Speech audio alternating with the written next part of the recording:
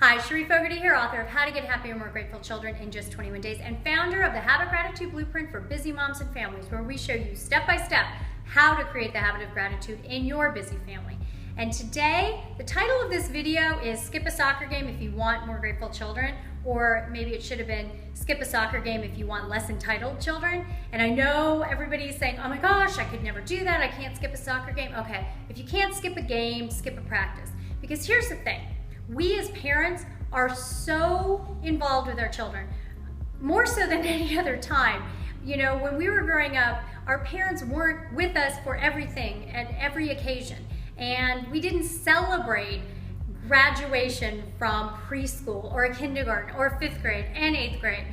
By the time we got to high school, we got, yeah, congratulations for graduating. You did something you were supposed to do, right? We were supposed to graduate because if you didn't have as many options. So, you know, we're celebrating all these things that frankly our kids should just be doing. And what happens there when we celebrate every graduation, when we celebrate every game as if it's the, final championship, as opposed to just letting our children enjoy the experience, we're creating a sense of entitlement and ingratitude.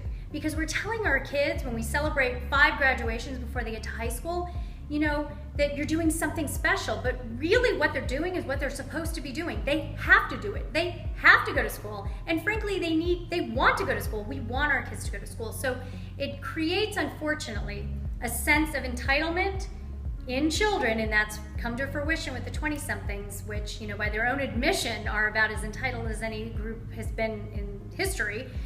And all sorts of problems that go with that, from lack of appreciation to, ingratitude and unhappiness. So many negative consequences of entitlement and ingratitude. We don't want that for our kids, but with our well-meaning intentions of wanting to take pictures like the paparazzi at every game and every event and everything, going to every practice and everything our kids do, instead of, again, letting them just enjoy the experience for the experience, we're contributing to their sense of entitlement and ingratitude.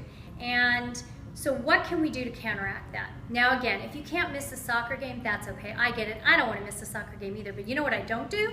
I don't go to practices. There are moms who do go to every practice, and dads too, who sit and watch. And you know why I don't do this? I learned a long time ago. I used to go. My now 14-year-old, almost 15, she did Taekwondo when she was really little and loved Taekwondo. It just made her smile. And I went mostly because I had a babysitter during the time and I needed to get away from my really resistant child. And I needed a break, and I loved watching her because she was so full of life and had so much fun. Or I'd just sit and read a book. But either way, I stayed there because it was easier for the 45 minutes, right? You can relate to that, than driving home and coming back. So long story short, after a couple of years, because black belt or Taekwondo, like any martial art, it takes a while to work towards a black belt.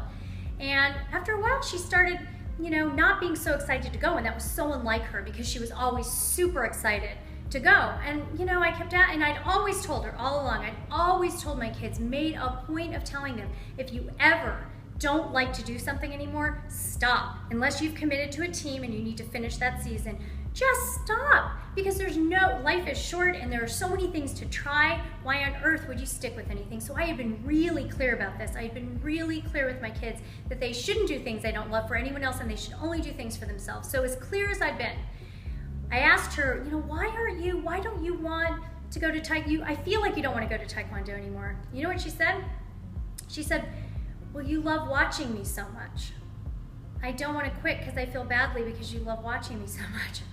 I was like, oh my gosh, are you kidding me? I felt so awful because while I had said the words and meant them, that I really didn't want her doing anything she didn't want to do, she felt, because I did enjoy watching her, but she felt that she would be letting me down, even though she didn't want to do Taekwondo anymore, she'd be letting me down if she quit. That was a huge lesson. So I told her, let's take a break. If you ever want to go back, you let me know when you're ready and you go back. And you know what? She took about 6 months off, and she did go back because she really did love it. And she ended up following through a few more years and getting her black belt. But you know what I stopped doing? I stopped going and watching every time. Sometimes I sat in the car, sometimes I ran errands, sometimes I went home. But I did not watch every practice. I watched some, but I did not watch everyone because it was about her. It's about our kids. It's about their enjoyment. My 9-year-old loves soccer. I have yet to go to one of her soccer practices. I drop her off and I leave. And I sit in the car and read a book. I could sit on the field, but I sit in the car on purpose because her experience, that soccer practice is for her. It's for her to enjoy the sport she loves, not to worry that I'm watching or that she's disappointing me. Not that, I don't know why my kids would ever think that, because I work really hard. It's all about them and their experience and what they want to do. But I never want that to be an issue. Again, after the lesson with my little taekwondo girl, that was an important lesson, because if we go to everything, we run the risk of not knowing if truly our children like what they're doing, if it's bringing them happiness. And so that's what I say this week. Try it.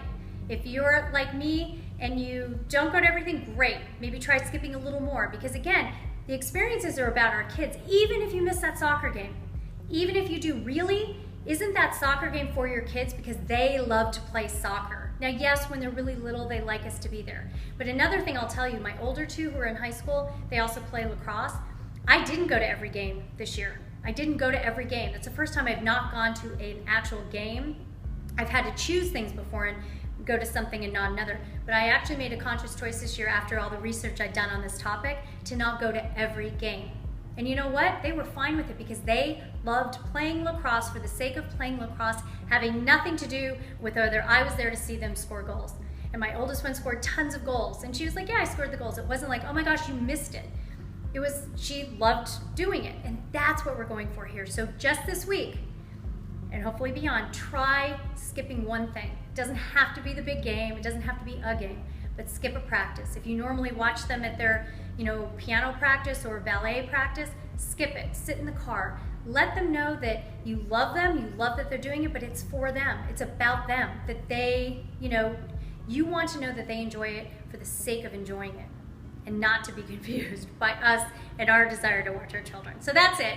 It was a little longer than usual, but I hope I hope you understand how this actually works against entitlement and ingratitude and helps them kind of not feel as entitled. And I'd love to hear from you now in the comments below. Let me know what you think of this. Have you skipped games or practices before? What do you think of this idea? And then, of course, come back and let us know what you skipped this week. We'd love to hear from you and how it went and how your kids reacted. And if it's the first time you've ever missed anything, they may be stunned.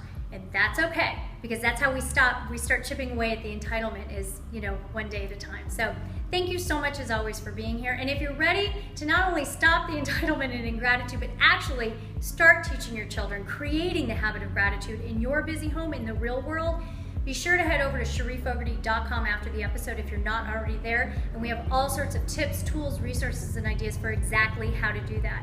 And thank you again. As always, remember, we can have happier, more grateful children. We can be happier, more grateful ourselves, and we can, and we are, changing the world one child and one family at a time, starting with our own. Thank you so much for watching, and I'll see you next time.